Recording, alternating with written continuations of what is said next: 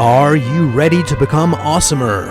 Hello everyone, this is Umar Hamid, your host, and welcome to the No Limit Selling Podcast, where industry leaders share their tips, strategies, and advice on how to make you better, stronger, faster. Get ready for another episode.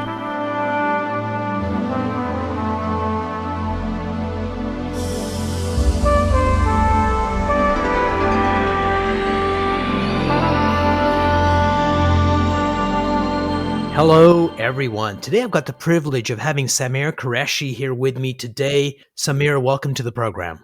Thank you for having me.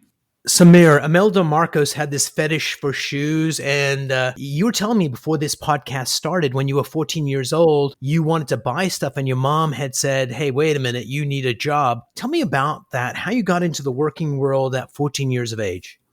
Well, to correct you, it's 13 years old. But, ultimately, look, as any kid watching TV, you want new clothes, you want new shoes. And I remember every year was the same routine. Go to the shoe store, get something new, a new outfit for the first day of school. And ultimately, at one point I wanted, a new, different type of brand. And I was like, Mom, you have all these shoes. And she's like, well, I have a job. And I said, okay, what's that? And I figured out what a job was, and I went out and got myself a job because ultimately I wanted what I wanted. At the same time, I don't like the word no. I still don't like the word no. So I ended up working at a pizzeria at $4 something an hour in Rockville, Maryland, down the street from my house, where I could use my rollerblades or my skateboard to get to work after middle school. So how did your mom react to that in terms of, the concept of getting a job and then working at a pizzeria is pretty late evenings. So what was her reaction to that? I mean, I think that, they didn't, I don't recall any pushback, to be honest with you. The guy ended up being Palestinian too. So I don't know if that made them a little more comfortable. But it was right down the street. I was literally a mile and a half away. And, I was a pretty responsible kid, straight A student. I got all my stuff done. So I think all that helps. And ultimately, as time went on, I think the only way is to see by action, right? So I was never late on anything. I still went to school every day, take care of my responsibilities. And so I don't remember actually any pushback at all on that. So it was a pretty supportive situation. Brilliant. So you went for your real estate license, several attempts. Tell me about that. Coming from Middle Eastern families, education's important and passing is important. So what was that like when you didn't make real estate on the first go round? Well, obviously, I think as any Middle Eastern parents, they all want you to be doctors or lawyers or dentists or whatever it may be based on your If you're a failure, you can be an engineer. Yeah, exactly. I used to want to be a doctor, but I can't stand the sight of blood. So I'm glad I did a different iteration. But my dad got into real estate in 1989 when he came to this country, and more power to him, being an independent broker himself and really busting down the barriers and walls and giving myself an opportunity and my family. Nice. So, I'm proud of that. But ultimately, it did take me 4 attempts. I'm so hyper. To this day, I'm very OCD, very hyper, but I think that's what makes me function. But it was very hard to sit still, being 18 years old, being in college, living on your own. The world is your oyster. So I had a lot of different distractions, if you will. So friends would call me, and while I'm studying, I'm like, let's go out. I'm like, all right, let's go. So, I was more in tune with that because I didn't know what was to be expected. I was used to making $100, $200 a day as a waiter or as a food runner or whatever it was, right. Instant gratification. But finally stuck it through. After 4 attempts, I finally got my license. And then I went after my other 2 licenses as well and had the trifecta, the Maryland, DC, Virginia area. And then at the time, my parents also moved to the Middle East. So I was helping run the company. It was a small shop. It was just my dad and maybe a couple agents, and he had a lot of property management stuff. So, I kind of stepped into the bigger role, if you will, not knowing what tomorrow would bring. Back then it was the yellow pages that were your internet. It was carbon paper contracts. It was a key to all the foreclosures. There was no internet really. I was using maps to go show houses like you're playing Battleship, like A15. And I remember our phone used to ring a lot, and that's how I used to get leads because we were AK Real Estate. So we were right up front. Right up front. So I remember that big ass yellow pages, and so people would call. And I remember my first time when my dad was here, somebody called and said, "Hey, do you sell commercial real estate?" I'll never forget the story. And I put on hold, and I was like, "Dad, do we sell commercial?" And he said, "Look at your business card." And I looked at my business card. It says business, commercial, residential, property management. And I called the lady. I was like, "Yes, ma'am, of course." And my first transaction, believe it or not, was a commercial real estate transaction. I remember selling office space for her, 2 townhouses that were offices. So it was like the weirdest transaction, my first one at that, Oh, brilliant. along with that one foreclosure deal I was working on. But, that's how I got into it. And, the fact that my father was in real estate, I think was a softer blow that I wasn't some Dr. Kuraishi. You know what I mean? Makes sense. So let's backtrack a little bit because you're like a teenager. I want to go back to the failures at the exam. It's like Yoda talking to Skywalker. Remember the failure at the cave? And the reason I bring it up is you kept going. What kept you going? Because in the day and age we live in right now, there's such a if I fail, I give up seems to be more prevalent now. What kept you going? I hate to lose. And so, being on my own, being a big thinker, entrepreneur, trying to figure that out at the Right. time. I didn't like to lose, and I can't stand it. So I've never given up on anything in my life. And I just, I was having a lot of pressures just being a kid, like Right. where do I spend my time? My other friends are partying. My other friends are traveling, and I'm at home reading a book. Like, are you kidding? So ultimately, I just kind of like got fed up and I said, you know what? Let me just get this out of my life. I can't just keep paying for fees and moving my schedule around. And like, if I'm actually going to go enjoy these other things, let me just get this out of the way. I'm a huge procrastinator, so Right. I just finally buckled down, did it. And I mean, I would fail the exam by like 2 or 3 questions. It wasn't anything It was crazy. that close. Yeah. Yeah, but if I paid attention, I mean, looking back at my younger self, I mean, I'm glad I did it all, but I could have done it faster. But at the same time, it's part of your storyline, right? Absolutely. And I think Share just that. getting that thing of keep on going and making it happen. One of the things before we went on air, you were telling me was you were still working in the restaurant kind of space and you were taking out the garbage at the back of the restaurant. And some guy asked about distressed properties. Tell me about that. He's still a friend of mine to this day. His name is Alex, and it was That's Amore Italian restaurant in Rockville, Maryland. I was throwing trash in the back, and we were sitting outside, just congregating at the end of the night. And he says, I really want to buy a foreclosure. I didn't really tell him I didn't know what it was, but I Smart. assumed it, and I said, okay, sure. And I got back to him the next day. I did a bunch of research, and it was like something called HUD Home Store at the time. The federal government had a website where you can go online and bid for properties, and I ended up pulling that, registering, and I got with him the next day. Said, "Look, we want to buy foreclosure. Here's what areas we have. Let's look into it." And I made a bid for him. I remember I could even type in how much commission I wanted, and I remember booking myself a 5% commission, basically on a $112,000 transaction. And we ended up, I won that deal, and I quit the restaurant. I didn't even wait for my check to come. I said, you know what, I'm done. I cannot stand waking up in the morning, seeing my clock, and saying, oh, I have to be at work in 2 more hours. So it was a pretty phenomenal thing. And then he ended up buying it, fixing it, and flipping it. So I ended up doing 2 transactions and ended up selling him a lot of homes over a period of time. But that was how I first started. Fake it till you make it, in a way, not in a negative way, but basically taking it in, learning as fast as possible, and then taking the opportunity and self-teaching yourself, because this is a self-business and you have to rise up and you can't always think that someone's going to help you. At some point, you started building a team and going from like a solo guy that's, hey, I'm not taking no for answer, up for any challenge. Leading people is a different skill set, and often it's like herding cats. So tell me about that first experience and the lessons you learned that somebody starting into this business that's already doing well as an agent, having the insane notion of building a team. What advice can you give them? Yeah, I mean, first you got to ask yourself, are you sure you want to get into real estate? I mean, it's not for everybody, but it can be very, very rewarding. And I think that obviously when my family left, I was kind of put into a situation where I didn't know what was going on really, but did your best on the fly, which is be responsible, stay organized, and stay between the lines. And as time grew, I caught myself. I think the biggest lesson I learned early on was that everyone was not going to be like me.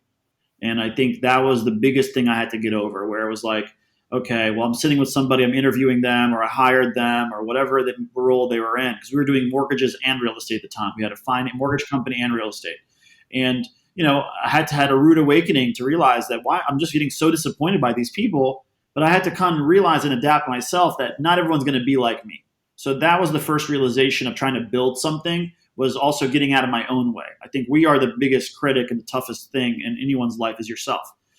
So after I started kind of moving past that part, I said, you know what, let me start extracting the best out of people. Let me start writing down the things that I didn't like And that's how I created jobs. And that's how I created systems and models and efficiencies. And that's where I started saying, okay, well, basically, based on what I wrote down, I think I need more people to help me and find the people that can play to these certain places where I lack, for example. And that's where I started rolling down that path for a team and growth. So tell me about someone that you hired, and you can change the name of the innocent if you want to, where they had a certain level of presence, but you extracted that brilliance that they had within them. Because that's part of leadership, right? Is getting people to let go of the fear and step into what they could be. Tell Sure. me about one of those stories, how you Yeah. discovered what was there and how you brought it out. Sure. I mean, I have a lot of those stories because everything I've built is organic. But I'll give you one. So in 2011, 12, in 2011, I got into Zillow, where I was buying internet leads, basically real estate in the cloud. And then one of my leads, who I was not his first choice, I was his second or third choice. I ended up answering my phone. And at the time, I was answering the phones, doing the showings, doing everything, all the 10 hats. And his name was Hovik. I'll say his name. Still with me to this day. And he was a VP at a bank, and he was buying a house. Him and his wife. His wife was like 8 months pregnant, and ultimately, after I did the transaction for them, I said, "Hey, I really enjoyed the people. Right? I love this business. I love meeting people. Being a sponge." And I said to him, "I was like, have you ever considered doing real estate?" And he's like, "What? What do you mean do real estate?" He's like, "Do what you're doing for us." I was like, "Yeah." He's like, "What are you going to give me? Like, why would I do that? I'm in a good paying job." I said, "I'll give you leads and I'll give you support." He's like, "Okay." I don't know how it was simple like that. And we ended up, digging deeper into that. And him and his wife ended up coming to work with me. And I'd say he's probably at 150 million in sales now over that run. He's our director of business development, one of our team leads, and a guy that's really helped build our firm. And so, in essence, I always have. I don't really read resumes. I'm a gut guy. And it's really important that if I like you, I like to work with you, and I like to try to push people, be very blunt and direct to the point with them, and try to push everything out of them. But I always have a sense of finding talent in people that I meet and extracting that. I mean, if you one other example, her name is Claire. She's a monster, a beast at what she does. She's a former, she's still an attorney today. But again, as I grew and I started building these teams and getting larger, I said, you know what? I need a lawyer to run my firm. And so I found a defense attorney to run my company. And so I found, again, reverse engineering what I lack or what I can't do, was able to build that. And so she's with me to this day, and she's our general counsel, our broker of record. And she's the person I pay to tell me no, to get out of my own way. So there's a lot of examples of that, finding good talent, extracting it, and pushing it out of them. So go back to the couple that purchased the house. Like, what did you see in him that you kind of went, I think he'd be a good fit for our team? Like, what did you see? I mean, I really liked him. I thought he was really genuine. He had a big heart. To this day, he's like a big teddy bear. But at the same time, he was very direct, and we just flowed together. I mean, that's typical. I can say that about every single person I work with today. That we flow, and it was natural. And it wasn't about me being his boss or the other way around. Like, I don't like that type of thing. I felt it was very comfortable. We were equal. He was willing to listen, take direction. It's hard sometimes to learn from someone else. Also, if they're younger than you too, right? And so it just flowed well. And it was that energy that we just kept on building off of, and the momentum. And literally, I remember one day he called me and he said, "Hey, I'm about to write an offer." I was like, "What? We just started 3 days ago." He's like, "Yeah, $500,000. I was like, "Yeah, right." It was because even for me, it was like a new system, and I couldn't believe it because I was the only one closing deals.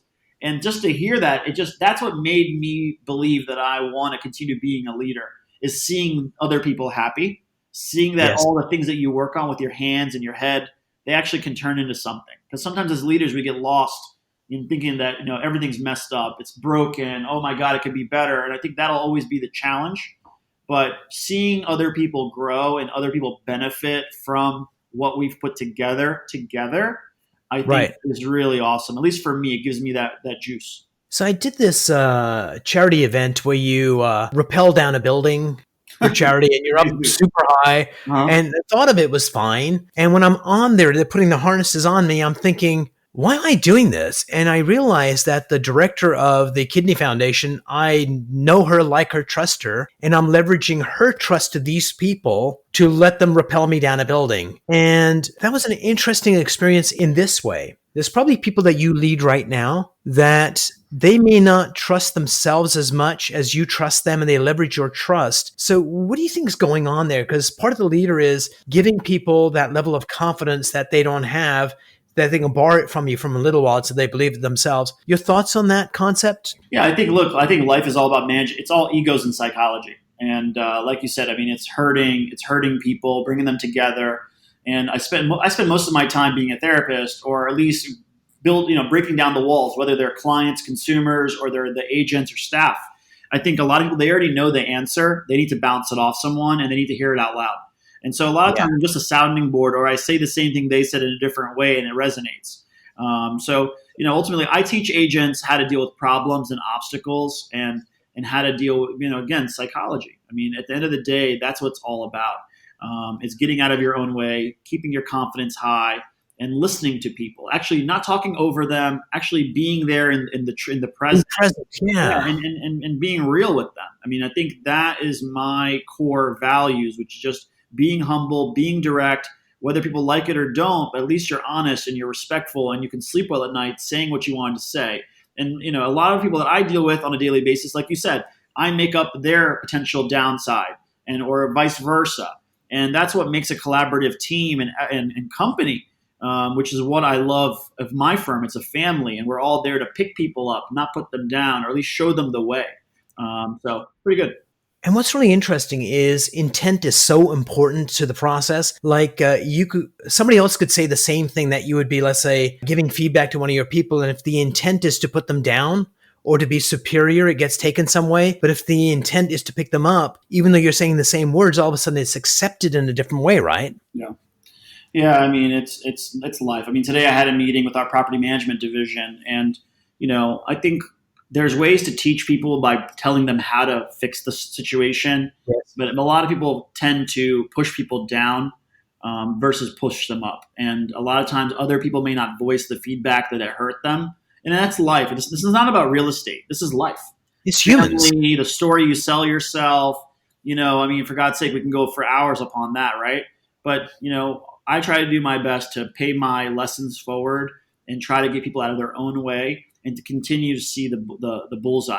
And that's kind of what we have to do, is keep them in line and do the best we can to give them as much rationale and being a good person. That's why I always say we are real people doing real Right. estate, right? You have to be a person first before you can do anything else.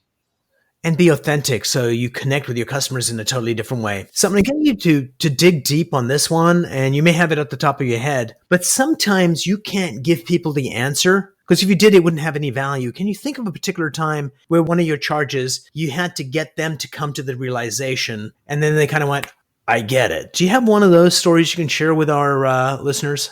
You know, Nothing that jumps out in particular, but I think the theme of it. I think there's many of the times when we do sales meetings once a week, or sales trainings a couple times. A lot of times I try not to give them the answer, right? Yes. I try to give them examples of things, and because at the end of the day, if I continue to hold their hand, like I have a 2-year old, I gotta let him go down the steps by himself. It's okay to fall, but the same thing goes with the agents. Is that look, I can show them. I train them on scenarios, or a way of talking about people's deals. Not because if it's easy, everyone could. We won't need the agent, right? So I just try Right. to go over things in ways without giving them the answer. So we role play, we we collaborate on different scenarios and how we handle things, and things come out. And then sometimes when you have 50 agents on a Zoom call, you start getting people to talk. And then Right. the ones that are quiet start to talk, and they start to feel just kind of like when you're in school, when you're elementary school or middle school, everyone's scared to go take the first bat, Yep. or whatever. That's why they like to go last, or whatever, however you look at it. It's all psychology. But every day we do that in a way, right? I don't really give them the answer unless you have to, but we're always trying to see. There's always a coaching and training opportunity and a lot of my agents, they know what the answers are, just like everyone else. It's just a matter of how you extract it. But they'll never learn if you have to just always tell them the answer. Absolutely. So right now, I'm gonna actually, as we're doing this audio interview, we're seeing each other over Google Meet. I'm gonna lose you for a minute. I'm gonna go to your website, and One Street has a very clean, modern, welcoming feel to it. So you're building this organization. Like, what's your intent? How do you distinguish yourselves in a sea of realty firms? Like, what is One Street? What do you want customers to take away? And how do you embed that in the hearts and minds of the people in your team? Yeah, I mean, look, it's all in the name, right? I mean, I learned from the street, and we are one. I mean, that's kind of how I think, right? So that's why I came up with One Street. Right. We are one team with one goal, which is really just to be successful, take care of people, and be good people, and continue to have the best experience in the industry. One of the lackluster situations in real estate, which is why I think there's a purge of agents, it's about to happen, it's been happening, is that the consumer doesn't realize how good of an agent, what they deserve as a broker or from a broker. And Right. so, in my path, in my journey throughout time, I wanted to create something that's not only fun but collaborative with great energy and a great workspace for agents to be a part of their lifestyle, not their job. Right. Is also to resonate that to the consumer and to give them the greatest experience. That if we give them a great place to be and to push out of them their goals and wants, then that'll resonate to the next user or the partner that we have with them. So in creating One Street, I just feel like even though this is a very selfish, archaic industry, we can be a family. We can be one, and that's kind of why we created that. And we are a small boutique, but with massive horsepower. I mean, we are the number one team in the city 7 years in a row, and I'm proud of that. I mean, numbers, but it is something important at the end of the day that all your hard work is getting out there, and you're anchoring yourself in that we're not some fluke company. I don't here to flex my muscle by any means. My muscle is in my brain, and I'm glad to be mature enough at this age, at 39 years old, to show by leading by example, by making sure our product is the best in the industry, by being the most ethical and the most respectful to the game. And I think those are the things that matter to me today. And to see everyone do well and a smile on their face and they're genuinely happy, I think that goes a long way for me. And that's why One Street was created. So one of the last question I want to ask you, because we could go on for a while and we should probably do a part two later on. The question is this: as you have been successful for such a long time and your team is growing, this 50 people, it would be really easy to be seduced by the success. So how do you, because you are the anchor for your entire team, how do you stay true? How do you stay humble? How do you keep your eye on the prize and not let go of being grounded?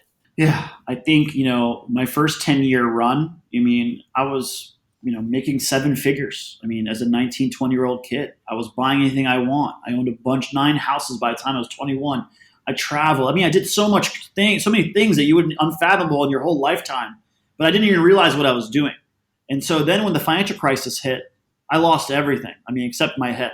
Right. And I mean, I lost all my homes to foreclosure, short sale, you name it. I mean, I was underwater, barely a couple $100s to my name. But that's where that second pivot happened, where I woke up and said, you know what?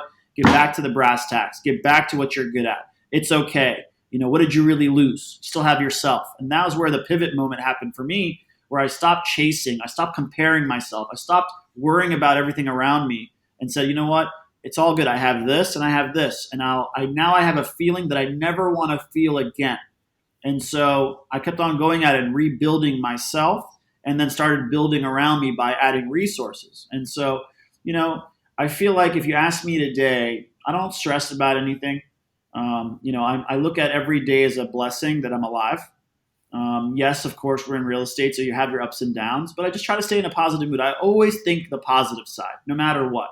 I never let my problems or anything that happens affect the next person around me or when I'm leading or a client, because it's very easy to get down and out in this industry. And it took me a long time to get there. But, look, man, I have a great family, a wife that's super strong, that's like my rock. More power to her for Nice. dealing with me. Beautiful son who's there, and they keep me grounded. And I have a really good support system, great friends, family. I have great people around me in my own business as well that really, keep everything fun and light. I mean, we are extremely competitive and we're a straight business, but I've never had more fun. It's like illegal to have this much fun. I'm living in a creative world, being an entrepreneur, and my career's evolved dramatically, and I'm in the best place I've ever been mentally, physically, and I can see the vision of where we're going, and it's going to take a lot more hard work. But the one sad thing is we're going to die with goals, and that's the one thing that kind of keeps me pushing, because at the end of the day, I think I've accomplished pretty much everything if you want to go on a checklist. But there's this fire inside that it's not about money that's driving. It's about, I don't know what it is, like anchoring in legacy, making sure my son has everything he needs, making sure I can push the best out of people while I'm on this earth, and paying it forward. And so I think I'm still figuring that out, but ultimately I'm in a great headspace, and I think I'm the best version of myself today, and I'll continue to grow and learn, God willing. Samir, thank you so much for being on the show. It was a delight to have you, and we have to do a part 2 later on because there's a ton of questions I have that I think our listeners would want to hear. Absolutely. Well, thank you so much for having me. This has been great.